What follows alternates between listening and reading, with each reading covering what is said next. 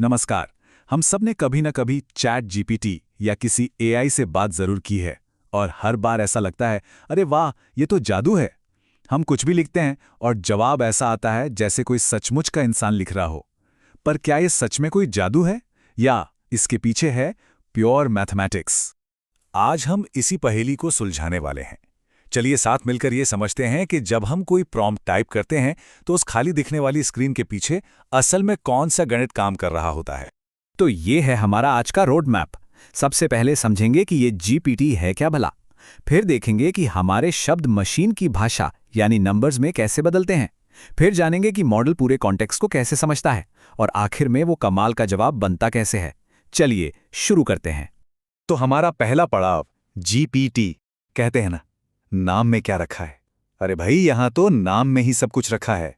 जी का मतलब है जनरेटिव, मतलब ये कुछ नया जनरेट करता है, बनाता है। ये गूगल सर्च की तरह सिर्फ पुरानी जानकारी ढूंढकर नहीं लाता। पी है प्री ट्रेंड।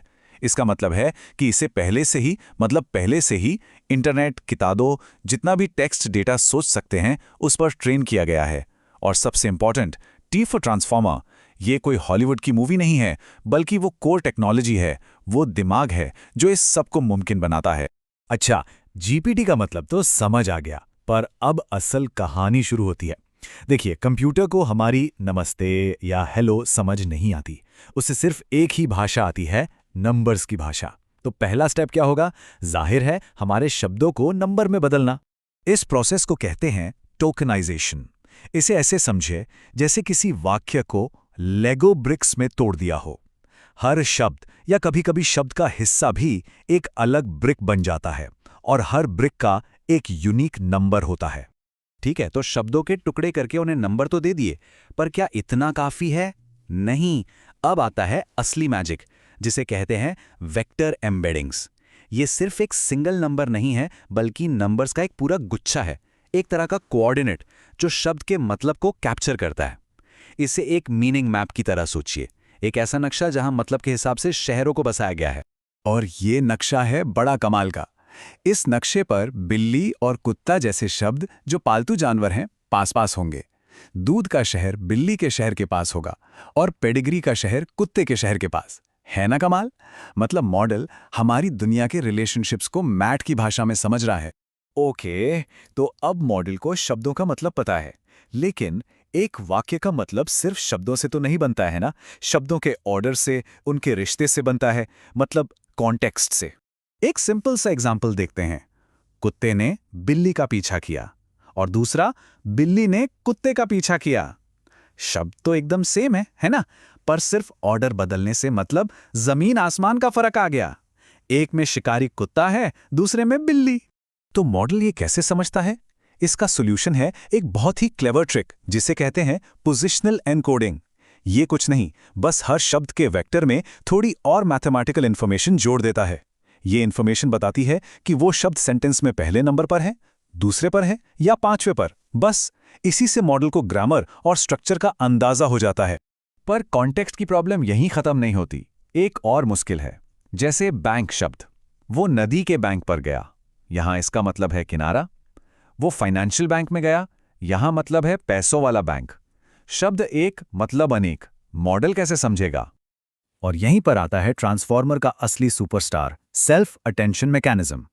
इसे ऐसे समझिए कि ये मैकेनिज्म वाक्य के हर शब्द को ये पावर देता है कि वो बाकी सभी शब्दों से बात करे और ये पता लगाए कि कॉन्टेक्स्ट के लिए कौन सा शब्द सबसे ज्यादा इंपॉर्टेंट है। तो बैंक शब्द नदी को देखता है और समझ जाता है कि यहां मतलब किनारा है, और जब वो फाइनेंशियल को देखता है तो समझ जाता है कि बात पैसों की हो रही है। और ये आइडिया इतना पावरफुल था, इतना रेवोल्यूशनरी था कि 2017 में जिस गूगल रिसर्च पेपर ने इसे इंट्रोड्यूस किया, उसका टाइटल ही था attention is all you need. और सच में इस एक पेपर ने एआई की पूरी दुनिया ही बदल कर रख दी। चलिए, तो अब तक मॉडल ने हमारे प्रॉम्प्ट को पूरी तरह समझ लिया है, नंबर्स में बदल लिया, कॉन्टेक्स्ट भी समझ लिया। अब जवाब बनाने की बारी है। और सच कहूं तो ये प्रोसेस दुनिया के सबसे स्मार्ट ऑटो कंप्लीट जैसा है। ये एक लूप में काम करता है। मॉडल आपके प्रॉम्प्ट को देखता है और प्रिडिक्ट करता है कि अगला सबसे लाइकली टोकन क्या होना चाहिए।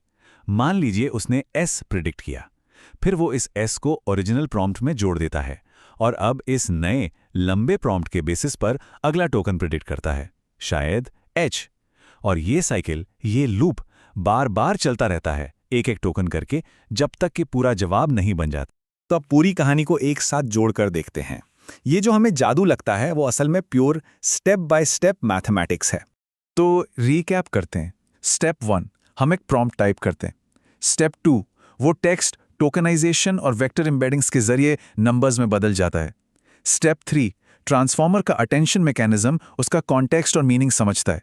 स्टेप 4, मॉडल प्रोबेबिलिटीज कैलकुलेट करता है कि अगला टोकन क्या होना चाहिए। और स्टेप 5, सबसे ज्यादा प्रोबेबिलिटी वाले टोकन को चुनकर उसे सीक्वेंस में जोड़ा जाता है और लूप फिर से शुरू हो जाता है। बस यही है पूरी कहानी। तो सबसे बड़ी और सबसे जरूरी बात, लार्ज लैंग्वेज मॉडल्स या LLMs असल में सोच नहीं रहे हैं। उनमें कोई कॉन्शियसनेस या भावनाएं नहीं हैं। वो बहुत ज़्यादा सोफिस्टिकेटेड पैटर्न मैचिंग मशीन्स हैं। वो बस अपने ट्रेनिंग डेटा में देखे गए करोड़ों पैटर्न्स के आधार पर ये प्रिडिक्ट कर रहे हैं कि स्टैटिस्टिकली अगला शब्द कौन सा होना चाहिए। ये जादू नहीं, ये सिर्फ कमाल का गणित। तो अब जब हम इस पर्दे के पीछे की सच्चाई जान गए हैं, जब हमें पता है कि ये जादू नहीं, मैथ्स है, तो असली सवाल अब ये नहीं है कि ये कैसे काम करता है। असली सवाल अब ये है कि इस इनक्रेडिबल टेक्नोलॉजी का इस्तेमाल करके हम आगे क्या बनाने वाले हैं।